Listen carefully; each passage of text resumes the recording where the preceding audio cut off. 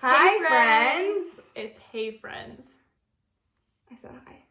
It's okay. It's Hey. Okay. I'm here with Danielle, my friend, and today we're going to talk about hair that I don't have, but she does. Yeah, Just kidding. finally.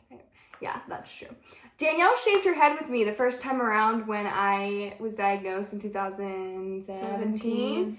So we're going to talk about this today, and then we're going to talk about being bald, both of our experiences, and we're going to talk about beauty standards for women. We have a list of everything that we're going to talk about, but first I'm going to talk about in 2017 when I first had to shave my head. I was 15, and my experience. So it was interesting. I don't really remember the whole experience, I guess, of some of the feelings that I had, but I remember I was devastated. You were like, I don't want to seem selfish, but the worst part about this is me losing my hair. I still feel like losing my hair has been one of the hardest things about this journey, because when I was in chemo a few months ago, this past time, when I was taking a chemo before I had shaved my head, I remember it wasn't as hard for me because I had my hair. So I felt like I could still look normal, and that could make me feel normal. I just felt weird. I felt like people were going to be uncomfortable around me, that people would think I was going to be ugly, and I loved my hair. You did. I loved She really my loved hair. I her did. hair. All my friends know, I had pride in my hair. I loved my hair. Hair is just such a big deal, and I think we realized when we didn't have hair for so long, how big of a deal people treat hair. It's half of what girls like. I mean, hair and makeup, It's, right? And It's the thing. even for girls. guys that I've talked to, their hair is important and what attracts me to a girl. So yeah, that's so true. It's a big. I feel like it's a big deal for even guys. I feel like if how people always joke about how guys are don't touch their hair. People don't think it, but then guys are always don't touch my hair. I feel like that's true. Hair's a big deal. Hair's a big deal. Especially, I feel in our community, too. Hair was a big deal. A lot of guys around us grow their hair out. That's very normal. But yeah, keep talking. I'm glad that I have a boyfriend who has short hair. My boyfriend has hair longer than me. Yay. Sorry, that was no offense to your boyfriend. No. It's funny. I think it's funny. So how did you decide to shave your head? So I can't believe I was 14. That's so weird. It's so weird thinking I was 14 years old. I was 14 years old, and it was 2016, and my hair was super long. I chopped it all off, and I got to personally donate it to a woman with breast cancer, and that was a super amazing experience for me. She sent me back this painting and wrote me this letter, and it was super beautiful and humbling, and I felt really great and selfless.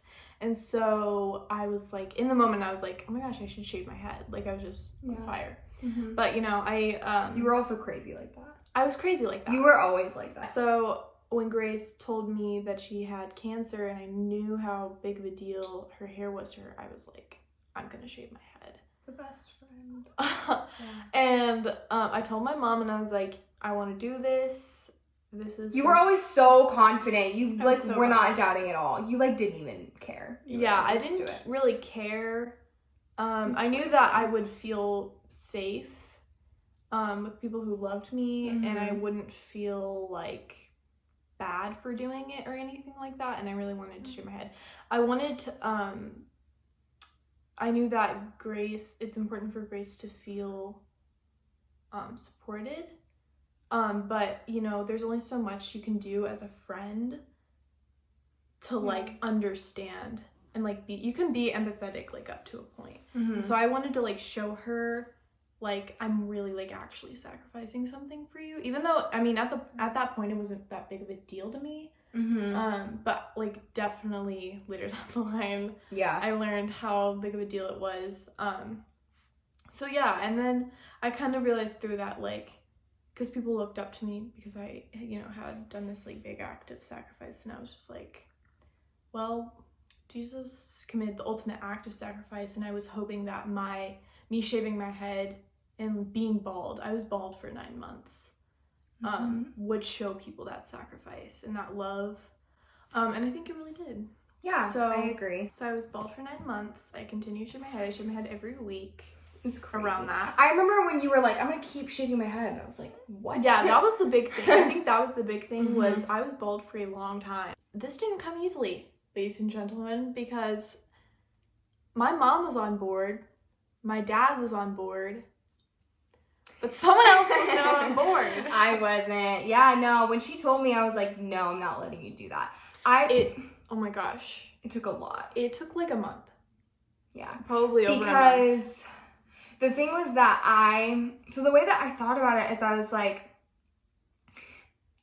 you didn't feel about your hair the way that I felt about mine. And to me, I was like, this is the worst thing that could happen to someone. I don't want my friend to go through that. And I was like, she doesn't understand how hard this is because she hasn't done it yet, which I had at that point. And I was like, I'm not letting her go through what I've gone through. I don't want any girl to feel the way that I do because it sucks. Yeah. You ended up convincing me because of the story that you had donated your hair. That I already had wanted. And you were already thinking about shaving your head, and then it just happened, and it was just totally a God thing how it worked out. And then I was finally like, okay. And then you did, and then you came over after your birthday. It was the day after my birthday party, which I wasn't even 15 yet. And you shaved your head. Yeah. I got to donate my hair again, which I probably had a little bit more hair than this. So it was like that much hair of my whole head, and I got to personally donate to 2 girls who could not grow hair. So that was really cool, and I'm so grateful for those experiences. Awesome. That was so personal, and that wasn't just like me sending it away to like some company. That's awesome. I love that. All right, now we're gonna talk about our experiences being bald and how people were rude. The first time around, I wore a beanie everywhere. People knew she had cancer. Yeah, people knew. Yeah. I also lost my eyebrows and my eyelashes. And so I think that was another indicator that also the chemo was on. Like, I looked sicker than I do this time around because I'm getting different drugs. And I actually think losing my eyebrows and my eyelashes was even harder than losing my hair. Because it, like, those are, like, what makes your face look like your face. And those stupid cancer things where it's, like, blah, blah, blah, support cancer patients, and they still have their eyebrows. Oh, yeah, that's upsetting. That's fake. Yeah, I know. It's fake. It's, like, insane that my eyebrows... People lose their eyebrows. Yeah. It's a thing. My eyebrows are very filled in, and I wear fake eyelashes all the time now, and I still do have my eyebrows, like, a little bit, but they're very thin. My experience being bald, like, I wore a beanie the entire time. I didn't wear a wig my first time around. You just didn't go bald. No. I never... have been... We went one time. We went to Panera together bald. That was really nerve-wracking. I hated it. I don't go out bald. I still don't. And that is I wish that I could say, like, I am confident. I still don't. Never. I let very few people... Well, not very few. My friends, I will. And, like... In the house, I will. In the car. I've, like, gotten out of the car a few times. Or I'll if I'm walking outside, like, at my house, like, that's different. But, like, I don't go places without a beanie or something. I just have never been able to do it. And I think a lot of people wanted me to and were like, you need to do this for yourself. You need to be more confident. And it came to a point where I was kind of like, I want to do what makes me comfortable and, like, I don't really care. And so it never prevented me from going out. I did feel self-conscious sometimes. Now that I've gotten used to wearing a wig, I do feel weird sometimes going out in a beanie, but I still go out. It's never stopped me from going out. I don't let it do that, but it's my life, and I've chosen not to go out like that. I never really had anyone be rude to me. Definitely got stares in public from strangers. Definitely had that happen. And even, like acquaintances. Yeah. We would talk about that a lot. How, like, some of my friends, or some of your other friends, it would just be kind of uncomfortable. I think because she would assume things, they would assume things. Yeah. And it would just be uncomfortable. Too. Also, like, I think you and Madeline talked about this in the video of, like, people don't know where their boundaries are with, like, talking about that kind of stuff. Oh, and also, like, teasing about that kind of stuff. Yeah. That was a huge thing. People did not want to talk to me about it at all. And I wish that they had, because it made me feel like they were comfortable enough to talk to me. They don't want to make her uncomfortable. But it made me uncomfortable that they didn't. Yeah, I wish that they had mentioned it. But I also had to come to terms with it, and I was okay with it too. I was never like super angry or something. Yeah. But yeah. What was your experience like? So people in my life were kind of rude. Obviously my close friends loved me. They respected me for well listen, there are people that were rude to her. There was, not gonna lie, and it really stretched me. I had a lot of kids come up to me and ask me if I was a boy, and ask me, I had this one little girl that I taught in dance, and I shaved my head, and then I came back, and she was like, who are you? And she asked me why I would make myself look uglier. I had multiple neighbors, family, friends ask if I was gay or if I was transitioning into a boy. And the fun part was I would go, actually, my best friend has cancer, and they'd be like, oh my gosh, I'm so sorry.